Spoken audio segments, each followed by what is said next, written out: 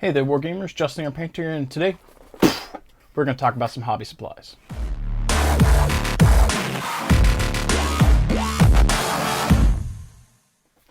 I'd like to thank you guys for tuning in today. I am working closely with Robert Ash from Fortress Miniatures and Games, who's wanting to sponsor some videos here for my channel. Now, as you guys may or may not know, if you're new here, you might not, but if you are veterans of my old streaming days or my old YouTube days, you know that I haven't been putting up a lot of content. I just got back from KarinskyCon with Robert, and we were having a conversation about doing some YouTube stuff. So we're going to make a go of it, see what we can do.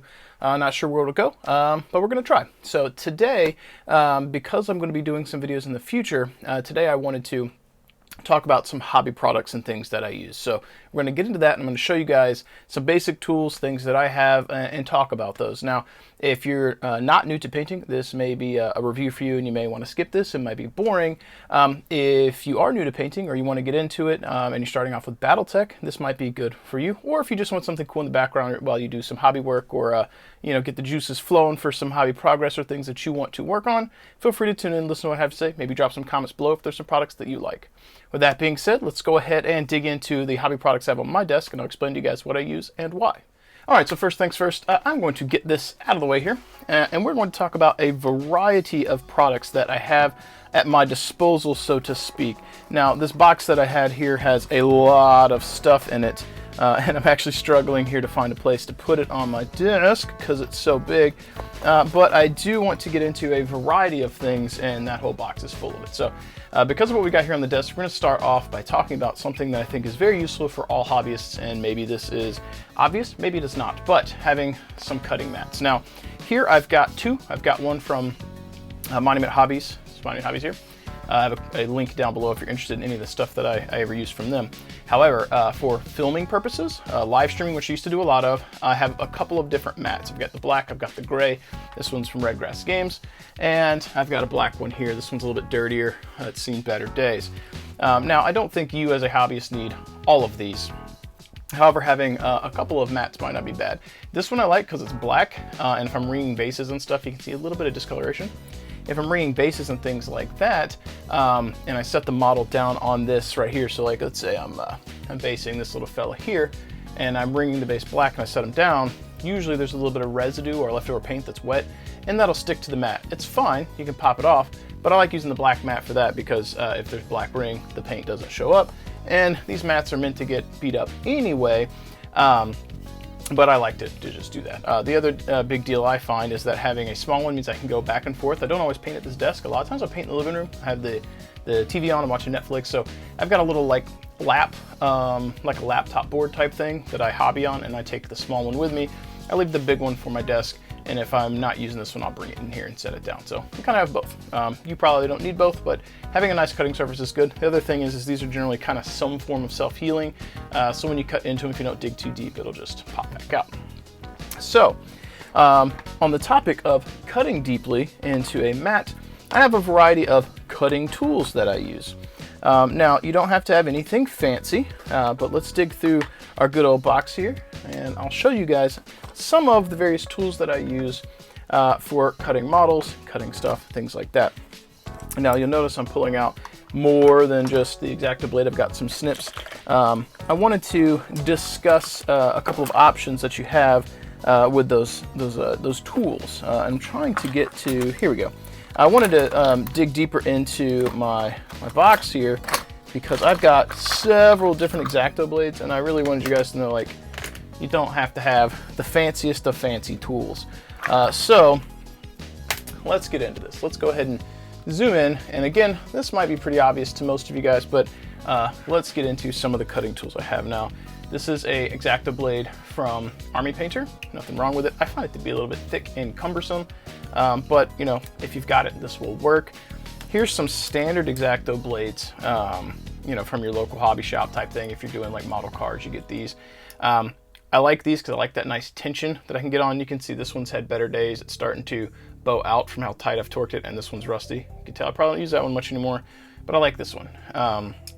And then I got into using the Monument Hobbies one, and the thing I really like about this one is that that's a little bit of a gimmick, but and that cap comes off so you can change the blade.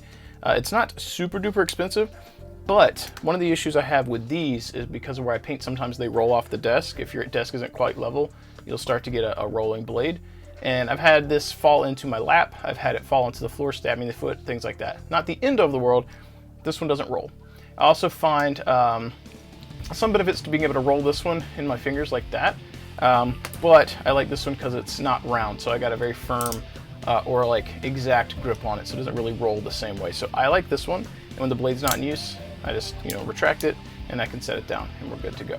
One caveat to the Mind Me Hobbies X-Acto knife here is that sometimes when I have changed blades, some of the blades, depending on the brand, the tip right here may be ever so slightly too long, and it'll protrude a little bit here, enough that it could like prick you. I find after a session or two using my hobby knife that doesn't really happen because the tip gets lost anyway. So mileage may vary if you pick that one up. But point is, these are all various different prices of blades you can pick up. They all use, or at least mine do, the same blade replacements. I pick them up from Hobby Lobby all the time. If you've got a Michael's near you or a local game shop, you can pick the same types of blades up. Don't have to have anything fancy. I don't think this one's too expensive. Army Painter one's got a nice grip, but I find it to be a little bit thick for my hands. I may have big hands, but I like the small tools I can really man grip. So pick one, have something at your disposal. Again, if you're not new to the hobby, you probably have some hobby tools. Now, this is not a blade. I think I picked this up in the hobby section too. I really like this for doing decal work, right? And we'll get to the snip blades here in a moment. But if you're going to have X-Acto blades around, it's very important to have something to cut against here. Now I've got some decals here from Fighting Piranha, and you could go in here and kind of freehand and cut them out. But if you're wanting to get a nice firm purchase and get a firm or a straight line to cut out exact decals, this metal blade's not going to get cut by the X-Acto, and you can trace where you want.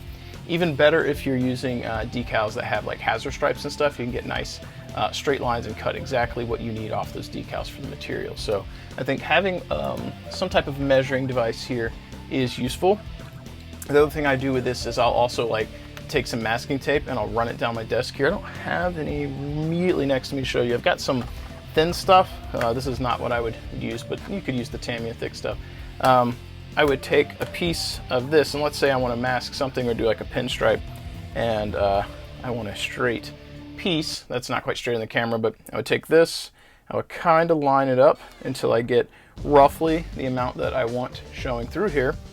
And we'll grab our hobby knife and whoop. And again, this is probably obvious to most of you guys, but that being nice and rigid and hard meant that this blade was just going to run alongside it. Could dull it out maybe if you turn it wrong, but that allowed me to get the straight line. I'll come in here with the blade, prick up the edge there, and then boom, I've got a smaller piece of like pinstriping tape. And this is the Tamiya masking tape, so it's low tack, so it's less likely to pull paint off of a model. But if you're doing a stripe on a mini, or you want to put this like around a leg or something, having a way to make straight lines or reasonably straight lines to cut against, this is useful. So having that in your hobby tool chest is also good. Now, a moment ago, when I pulled out the sharp objects here, I pulled out a variety of snips as well. Now, one of the things you'll hear if you continue to tune into the channel and the videos that I'll be putting out, you're going to hear me say, have the right tool for the job. Got a variety of snips here. They have different jobs.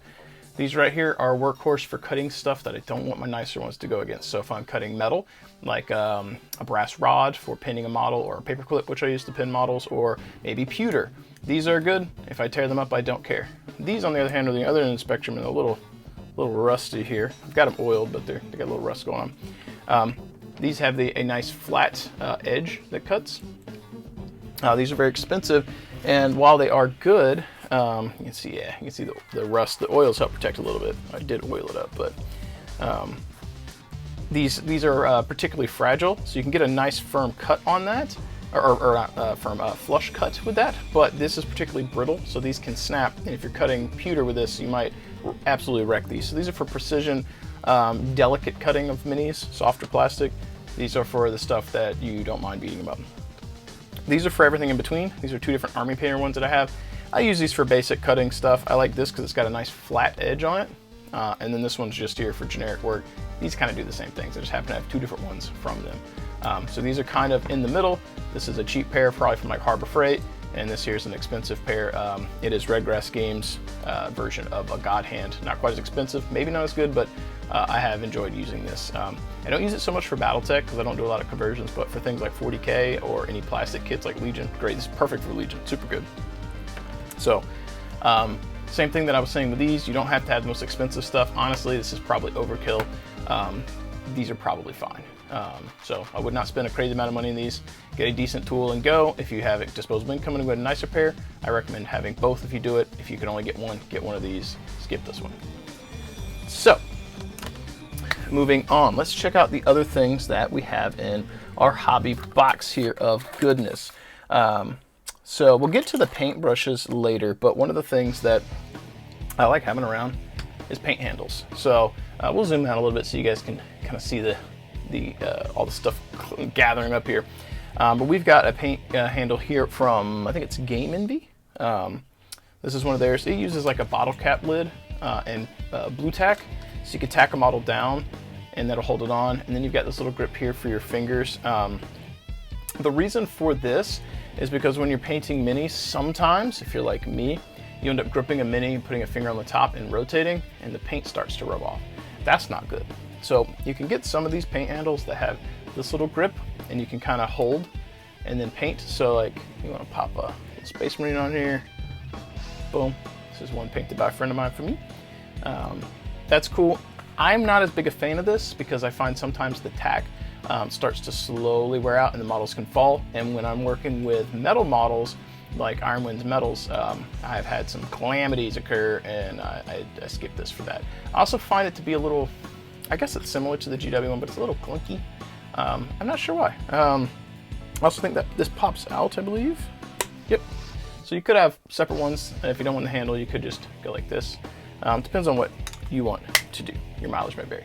I like the Citadel one. This is the old school one. They have a new one. It's got a different handle, but it's got a nice grip here. I prefer this. And actually on my desk right now, I have a model example of one in action. So here is my Timberwolf that I'm working on, and it is almost finished, and he is using this grip too. And I like it because, now I would not like sling it because he may come out, but the nice firm grip is good on here.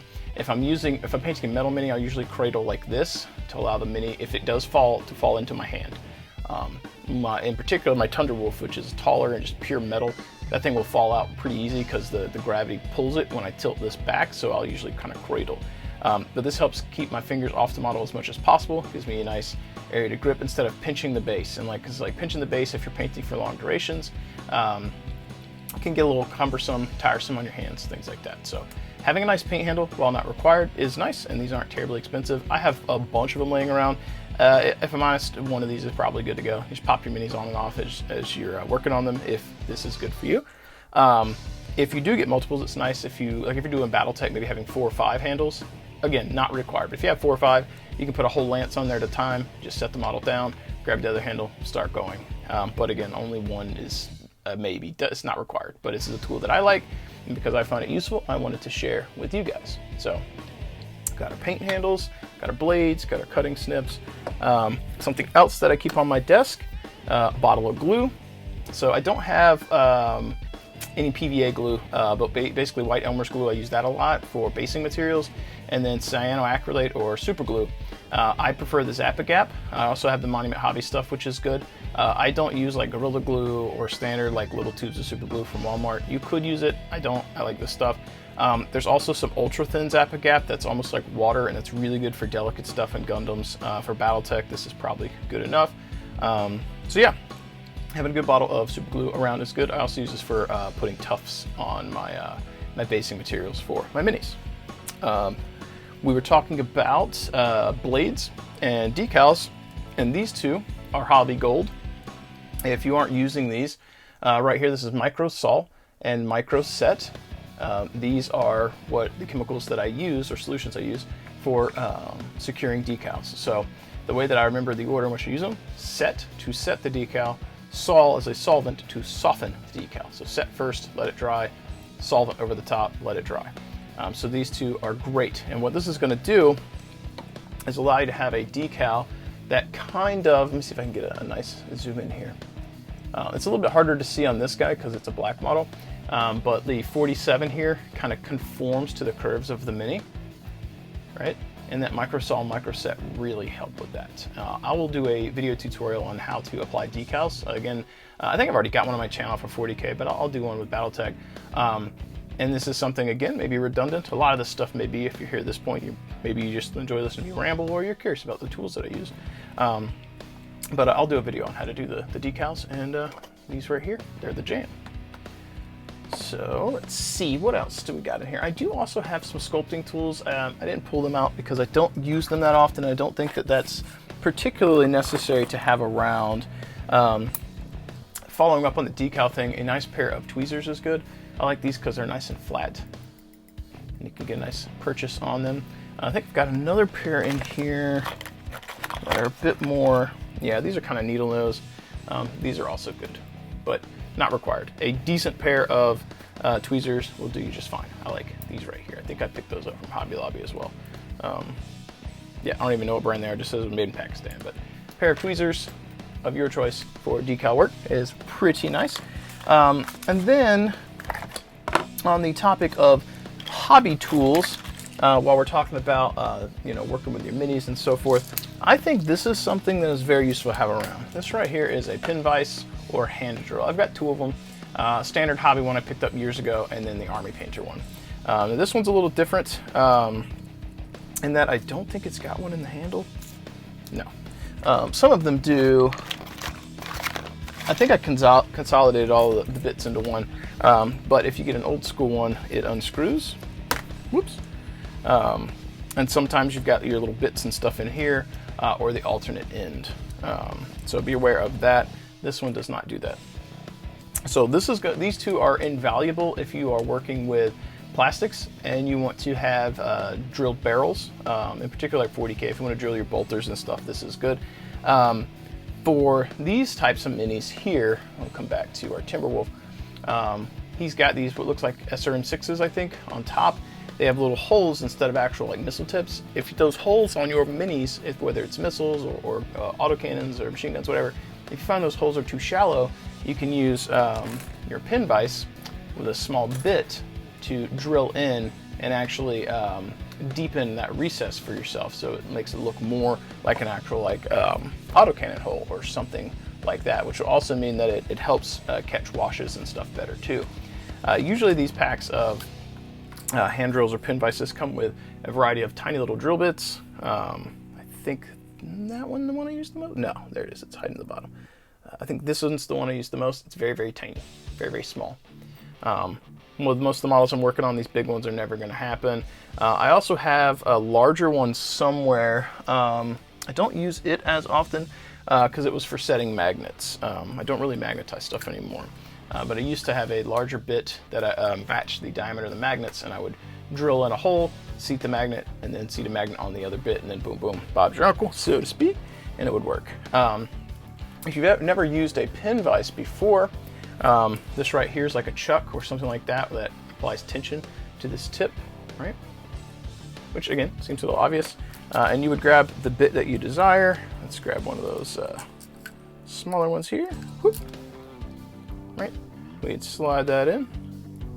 And then, and it's important to get that reasonably tight, because if you're drilling into a tight material, especially like pewter or something that starts to get a lot of resistance, this is going to be turning against that, and you don't want it to come loose. Also, slow and steady wins the race with this stuff. You don't want to over torque and break it. So, you know, your mileage may vary, but play around with it and get used to it. The Army Painter version of this also functions the same. Its chuck looks a little different, but it's got a little like brass fitting that like clamps down on your bit. You can see that it's open, and as I tighten, that kind of X pattern is basically gone, and that would be it tightening down on the bit. So having a good pin vise is very useful. While some of these tools like paint handles and stuff would be optional, I think this is not quite a necessity, but I probably should have laying around, especially if you're ever working with metal models from Iron Winds, because pinning minis is very important. you can get away without doing it, but I've got a Vulture that I'm working on right now, Mark IV. Its arm joint is really, really small, and it's very susceptible to popping off. And I've already broke it once during the painting side of things. And I had built it before this project I'm working on, and I didn't pin the arm, and I wish I had. Now I do have a Savage Wolf I pinned, and it's broken once during assembly because I dropped it, which is a tragedy, and it messed up at the hips, but he just lurched forward. I was able to reposition, dab a glue, and get him back in place because he was pinned. If he hadn't been pinned, he would have shattered. All right, so into our goodie box of stuff. I think we're going to get ready to be going into some paintbrush discussion, which I think is going to be very interesting for you guys. But before we get there, let's move some of our tools over and finish up with some of the smaller stuff I have here. So something else I think that is useful, not required, but having some type of plastic paint tray to mix your paints on is very useful. This is one from Citadel. You don't have to have this any kind of plastic thing or paper plate or whatever is useful. I like this one because once the paint saturated, I could take a blade and trace down the edge here and then peel the paint off and just keep using it. I've had this thing for, I don't know, probably half a decade. So something like that is useful. And on the topic of mixing paints on your workstation, here is pro hobby tip. And I know the noises sounded weird, but boom. If you drink water bottles, save the caps. Not only is this a form of like recycling this, so to speak, in that you're using it for something other than just trash, but these are great for mixing washes and mixing paints. I use them for washes all the time. I think I've got a used one in here. I do. So this one right here, I was using an orange or yellow, it's either ink or a contrast paint. But I used this because I'll use thinning medium or a matte medium or flow aid or drying retard or something like that. And I always use these caps. Because I wanted to, like this, I just need some paint. This, I'm actually using something like a wash or a really runny thing, so I use this to mix stuff. So if you drink water bottles a lot, save your lids. You'll start to go through these a lot when you are using washes. We're gonna do a little injection here. I missed this during the tool breakdown, but I'm gonna throw it in there somewhere. Hopefully this sounds relevant. But a hobby tool that I actually think is super worth having at your desk, boom, a hairdryer. This may seem rather crazy, but I can't tell you how much I have used these to speed up the drying process of a Mini. So I'm cruising here. I've got paint that is drying. I'll hit it with a hairdryer, rotate the Mini, and dry it faster so I can start the next step. This is super handy and super useful, especially if you don't want to wait on paint to dry on a single Mini. If you're working on like a handful of Minis at one time and you've got like here's a Mini, and here's a Mini, and here's another Mini. While you're working on these two, he's drying. Another time you get back to him, they're drying. It's not as big of a deal. But if you're working on a single Mini, maybe even a couple of Minis, and the dry time is a problem, hairdryer, super duper helpful. I promise you, if you get a cheap one to put at your desk, you'll find some uses for it. So that is a hobby tool that I missed in the initial video. I'm gonna try and cut it in somewhere so it sounds normal, but I promise you, if you get one, you won't regret it. It'll be very helpful in the long term. Another tool that I think is worth having, not required, but worth having, is a wet palette of some sort. I have two. Actually, I've got more, but these are the two that I use. I've got the Exemplar wet palette here. These are the same guys that make this. And this one's cool because it's got like a little compartment to store paintbrushes in and other various tools, which is pretty neat. And then the inside, you've got your sponge, and then you'd have your wet palette material. This one looks like it's got a little mold on it, but it happens. Usually I'll mix a little, like you can use really thin down like Clorox or something to help prevent that from happening. But all of mine have ended up doing it. I think because I'm a brush licker, the bacteria stuff gets in there and I do the best that I can. So I do like this for some stuff, but I find that I keep going back to Old Faithful, and that is my Red Grass Games small wet palette. Now I do have a huge one here I have not used yet. That's massive. Do you need this? Maybe, maybe not. The small one probably works. If you want a big one, if there's any question, grab the big one. If you aren't worried about it, the small one will probably do just fine. Same kind of concept. This one's got the kind of sponge in the bottom to hold water, and then you've got your various paints. I think this is from where I was working on probably some of my Wolf's Dragoons. And then what was I working on that was using blue? Oh, right. I was probably working on my bust from Nova. I forget her name that I went with, but it was like a sci-fi bust that had some non-metallic metals. So I was using various blues and grays, especially right in here. You can see I was mixing paint. So some of this is probably still wet. That's got some paint on it. All that stuff still looks wet. This has not been touched since I think August, and the date of filming this is October 7th. Some of these could probably be rehydrated, but the fact that these are still wet that long after, if you're actually using this regularly from day to day, it's going to be perfect. Is this required for painting? No, this is not required for painting. I actually only use this for high detail work. I use this 99.9% of the time. Standard piece of plastic crap that you can mix paints on is good to go. If you have the funds and you do want to have a tool that will be useful when you want it, right tool for the job, this has applications if you want it. As a Battletech painter, you may or may not use this that often. If you're getting into high detail stuff, like this kind of jam, where you want to spend a lot of time on one mini instead of, a lot of time on a bunch of minis spread out, this might be useful for you, but not required. So some people will tell you it is. I'm going to tell you it's a maybe, firm maybe. Is it something that you want? Okay, so on the painting side, before we get to brushes, two more things. First of all, I highly recommend having some shop towels laying around. I use these blue ones we use at work. I feel like they're Brownells or brown something. Brown something, I don't know. But shop towels, these are a little bit better than your standard towels for that you use in the kitchen. Those do work, there's nothing wrong with them. I find these to be a bit more durable, and they work better for me. So I like shop towels, but if you want to use a napkin or a standard paper towel, it works too, but I like these. Okay, so before we get to the paintbrushes, the last thing, a nice paint cup. Now, you could use a standard little cup, plastic cup, whatever, that's fine.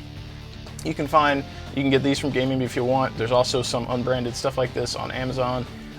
The one from Citadel is actually a pretty reasonable tool. I think when I got my Citadel painting cup, I didn't bring it in here because it's full of paintbrushes right now. When I got that one, I think it was like $9–10 bucks. Not a bad investment. I like theirs a little bit better because it has ridges. This has ridges here, but this Citadel one has ridges that go up the side, so it's nice for cleaning your brush on. This is good because I transport it back and forth to work. So it being compact is cool, and that's pretty nice. I like that feature. Is this required? No. If you have the income and you want to pick one up, I highly recommend this or the Citadel one. If you travel a lot, this is good because it's reasonably compact, thin. If you aren't traveling, I think the Citadel one's got a little bit of an edge because the side is ridged and you can, clean your brush and then drag it the side and help get some of the paint out. So, but as I said, this is more of a luxury item. You do not need this, but if you have the money, it's not game breaking. It's pretty affordable. All right, so let's get into some paint brushes. Now I've got my paintbrush holder. Again, this is not required, and this isn't even all my brushes. I store my brushes that I travel with in here because I go back and forth to work a lot. This is currently sold out, I think, but this is from Monument Hobbies. This is their brush holder. So now in here, again, I'm going to reference the term right tool for the job. I've got three very expensive brushes on this end. These right here are Raphael 8404s. These are like $20 to $25 a piece when you can find them, depending. This right here is an Artist Opus. I think it's their size is 000, 00. I rarely use it, but I've used it. So I've used these three so much that the text has come off. If I rotate it, you can kind of see the text here. I love these brushes. They're fantastic. Are these required? No. On the other end here, I've got some cheaper brushes. These are from Monument Hobbies. These are their sable brushes that are a little more expensive than the synthetic, but way cheaper than these. These work just fine. I've done plenty of detail work with these and they're great. And then I've started using their synthetics for a lot of blending. I will blend with the nice Klinsky sables, but I will use these for the bulk of my work first before I start tearing up my good ones. Again, having the right tool for the job. I also rarely use these for doing washes unless there's a spot wash. I'll use these because the washing inherently will slowly damage a brush, and I use something expendable and replaceable, and I use these for my detail work. So when you pick up brushes, finding the right brushes for you is important. I have tried quite a few. So I've got my Raphael 8404s, my Artist Opus. I've got Winsor Newton Series 7s. I've got some Broken Toad ones, and then I've got my Monument Hobby ones. I've got some Citadel ones. I've got some standard bulk ones from Hobby Lobby. I've even got makeup brushes, which we'll get into this in a moment. So you do not have to spend hundreds of dollars on good brushes. If I was going to recommend to someone who is getting into painting and wanted to spend a decent investment on getting tools, getting a handful of affordable sable sable brushes is a good idea, because I think that for me personally, I like using these better, so I think this is a good idea. Having one nice brush, not required, but if you can afford it, one nice one, whether it's a Winsor Newton Series 7, a Broken Toad, a Rosemary & Company, I think they're Series 33s, something like that, or an Artist Opus, at least one nice one is good for your detail work. And then the bulk of your painting, these grungy brushes that you don't mind tearing up. If you're base coating a model, use one of these, get your base coat done. If you're blending on an edge or edge highlight, do this. If you're wet blending and you're gonna be like really saturating the brush, use this. Right tool for the job and know what it is that you wanna do. So you don't have to break the bank. You can get a nice set of brushes for a very affordable price depending on what you decide to go with. Now, in addition to my detail brushes here, that are my travel ones, I also have some dry brushes I use. Now, we're gonna bring back our Timberwolf here. He's the only guy on the desk. Actually, you know what? We'll show you something else. I've got a variety of minis here. So I'll show you some examples. So using my detail brushes, and actually everything in here, I was able to do this dude. So we've got edge highlighting, so forth on him. We've got airbrushing, which I'll get into that in a moment. And then we've got wash application or glow effects. So I used a variety of those brushes. Using these crisp lines, that's the detail brush. Using this application for the glows, that's one of the grungy brushes, right? And in addition to that, I do also do a lot of dry brushing. So this fella here has got a lot of edge highlight work on him and airbrush, but some of the initial fade to enhance the airbrush, this is dry brush work. And then you come in and you enhance it with your edge highlighting. For the dry brushing, I like a variety of different dry brushes. And again, right tool for the job, depends on what you're doing. So starting out here, we've got one of the Monument Hobbies Bombwork artillery brushes. This is what I call like a filbert dry brush. I think that's the term, filbert tip, because it's got that bevel or bevel tip brush.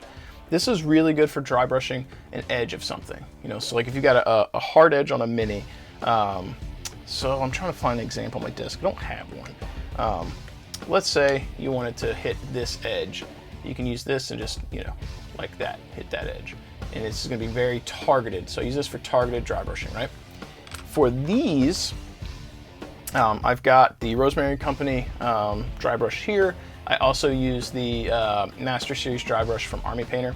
These are like makeup brushes, and this one definitely is a cheap couple dollar, maybe even just $1 on Amazon special makeup brush. These, instead of just hitting an edge, you can hit all over.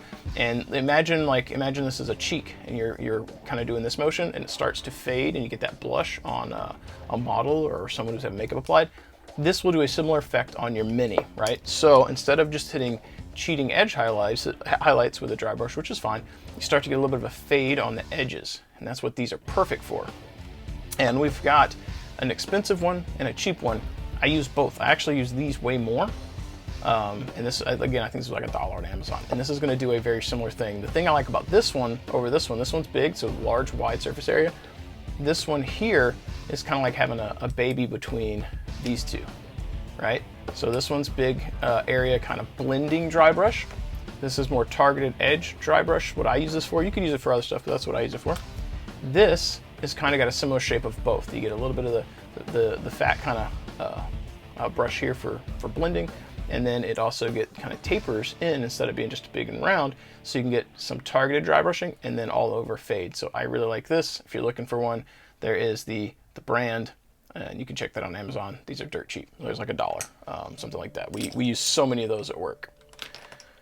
Now, beyond dry brushing and handwork, I do a lot of airbrush work. And this topic here, this one's a doozy, because a lot of people get bent out of shape about airbrushes, and they think they have to spend a lot of money. And I'm going to show you a few things that I've got here and try and give you some of my my thoughts on airbrushes. So, got to get the dust off this box. Let's get my brushes out of the way here.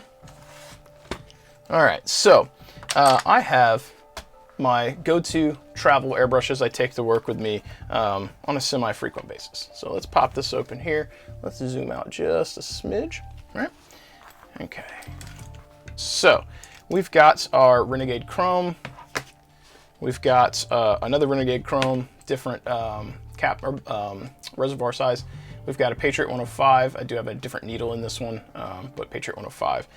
On my desk, I also have a Sotar 2020 covered in dust. I almost never use this. It's a great brush, I just don't use it. And I've got a few more here, but we've also got a Harder & Steinbeck Evolution, which I also don't use that often. But we're gonna pull it out just so I can give you guys some visuals here so you can see what we've got. Now, these two are rather expensive brushes. I think they're well over $100, maybe in the $180 range. This brush I think is in the $250, $300, right? It does have a nice feel.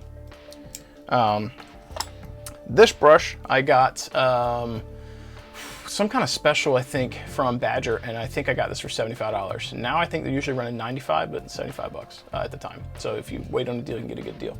Of the airbrushes I have on my desk, this is the most expensive one, followed by these two, or at least the ones that I've pulled out here. Cheapest one. The one that I've used the most is this one. This one. So some people are going to, they get all up in arms about brand. Harder & Steinbeck is great, Badger's great, Awad is great, but you'll see them talk about the most expensive airbrushes possible. A lot of the work I do, again, showing examples of stuff I've done. Here's one on the desk that's sitting here. You don't need the most expensive airbrush possible. So if you're getting into the hobby, and especially if you're new and you're interested in getting going, it can be a lot of information. I've covered a lot of stuff here. I highly recommend, of all these tools, start airbrushing early. I promise you, you won't regret it once you get used to it. And here's the big deal.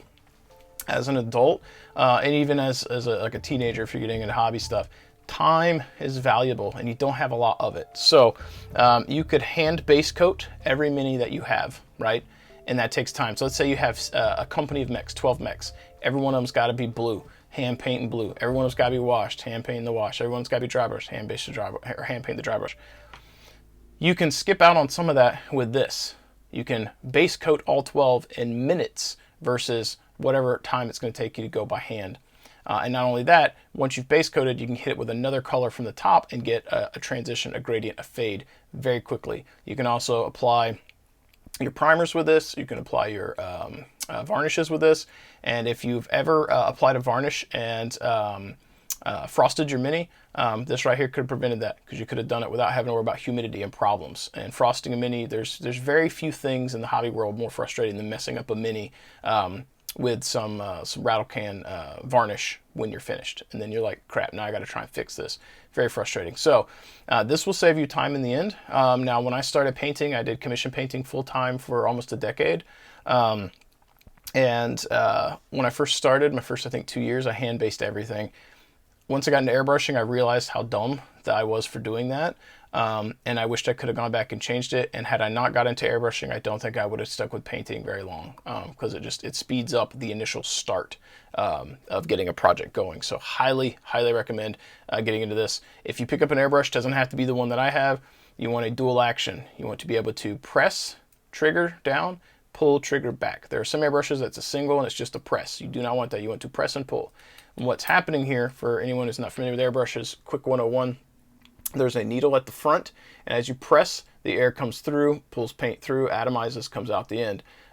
If you push down and you haven't pulled, it's just generally supposed to just be air coming out. So you push, and as you pull, that needle retracts and more paint is allowed to mix with your air, and it starts to spread. And the farther you pull, the more paint that is allowed to get in, because then as the needle comes back, it's opening or it's allowing more area in that reservoir for that stuff to flow. If you only have a single push, it's just standard paint the whole time. You get no control. With this, you can control the amount of paint that is coming out when you push down. It takes a little getting used to, but this is the way to go. So if you're on a super budget, I think you can find good deals on this, especially around Black Friday, probably. But you could pick up a Masters one. It's not my best recommendation, but if it's what you got, it's what you got. Getting a airbrush is probably better than no airbrush. But there is something to the notion of the statement, buy once, cry once. That doesn't mean you have to buy the most expensive one, but if you buy the one that you think is going to be the best fit for you for the long term, and you get that first, then you don't have to buy one, find out you don't like it, and then buy a better one later and have purchased something twice. Now, this may be a more premium one, but your setup is still going to be the same. Still going to have a cup, still going to have a needle, still going to have the needle in here. This is still going to have a single to double action, so push, pull, push, pull. This operates the exact same way. This one's just a finer quality German-made stuff. This is not required. If you want one, you can get one. But again, highly recommend picking up an airbrush if you're starting out. Get used to it early, and then you won't be like me crying later that you didn't start sooner. Now, that is going to bring us towards the end of the tools here. In closing, I want to mention one more thing. If you purchase tools, whether you're buying quality airbrushes, whether you're buying paints, or not paints, whether you're buying paint brushes, whether they're good paint brushes or the $5 pack at Hobby Lobby, if you take care of your tools, they will take care of you. And the more time you invest trying to keep these maintained, the less money you have to spend long term on buying replacements, especially with brushes. So if you get into airbrushing, I highly recommend something like this, airbrush cleaner. This stuff is great. This seems to go without saying, but you wouldn't believe what some people do because they don't know. So standard water will usually help clean a little bit. You need something to help out beyond that to get the paint out. This stuff is really, really good. Now, if you want to prolong the life of your brushes, there's some products you can get from Hobby Lobby. I believe it's Winsor & Newton has a brush restorer, which every once in a while is good. I use these two products. So from Monument Hobbies, we've got Gentastic's Drunken Brush Goop, and then we've got the Masters Brush Cleaner. I use both of these. I don't really have a preference other than the fact this one's usually cheaper online.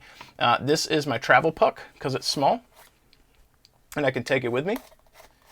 And this is the puck that sits in my bathroom, and when I'm finished painting for the day, this is what I use to clean my paintbrushes. I'll do a video roughly going over these later, but suffice to say, cleaning your brushes and maintaining them is not too bad. And I even do it with my dry brushes. I treat them the same way as my regular brushes. I do the same thing with my grungy brushes, my synthetic brushes. I treat them the exact same way that I would my $25 Raphael 8404. So maintain your tools and you will save money in the long term. Even if it's a cheap $1 Amazon special brush like this, if you clean it and maintain it, that's $1 you don't have to spend later to replace it if you can prolong the life of this brush.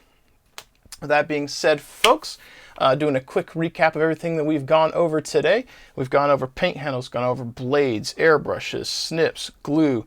We didn't really talk about the tape, but masking tape is good. An area to mix your paints, stuff to use for your decals. Water cup, paintbrushes and paintbrush holder. We talked about, where's the thing I was getting ready to go into? Right, your bottle caps from the water. Save those. And then finally, the wet palettes, which we got one right here. And your cutting mat. This may seem like a lot of stuff, but if you start to dwindle it down to like one X-Acto blade, one pair of tweezers, one pair of snips, and then singles of a lot of this, this actually ends up being a lot cheaper, and the bulk of your expense is probably sitting right here, and then maybe the wet palette. But if you skip the wet palette, you save some money, and even then there's some affordable options. If you skip the airbrush, you save more. But I do think of all the tools I've shown you, good paintbrush and starting with an airbrush early and getting used to it is the way to go.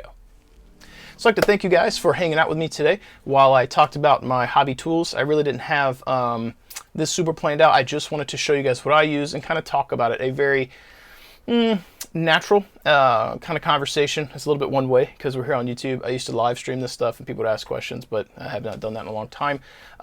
But I didn't want it to be ultra formal, and most of my videos probably won't be. I want it to feel like we're having a conversation. If you're hobbying or trying to learn something from me, I want it to feel natural. I want you to feel like I'm talking to you like a normal human being, because we are. Hopefully, you could be an alien that's pretending to be human, and then that would be kind of cool. I guess. Hope the government doesn't find you if you're an alien painting minis, which would be wild. But yeah, so one of the things that I want to do on my channel here is to put out content that makes people feel good. It makes them feel appreciated and feel like we're kind of friends. We live in a world right now where we're coming right out of a pandemic, and we spend a lot of time being isolated and a lot of time like not being around friends. And I find the internet has been a way to connect with people. And I want my channel to not be about elitism or anything like that. Like, I want to show you what I do, try and help you learn some stuff, and let you know that like in the darkness out there, there's a light shining. There are cool people that want to be cool with you and make you feel good, and hopefully you enjoyed listening to this, and hopefully it made you feel good and you learned something. If you did enjoy this, I encourage you guys to hit the like button, subscribe to the channel, drop a comment below if you have questions about any of the tools I talked about. If I missed something that you'd want to know about, feel free to ask. It might be something that I have used.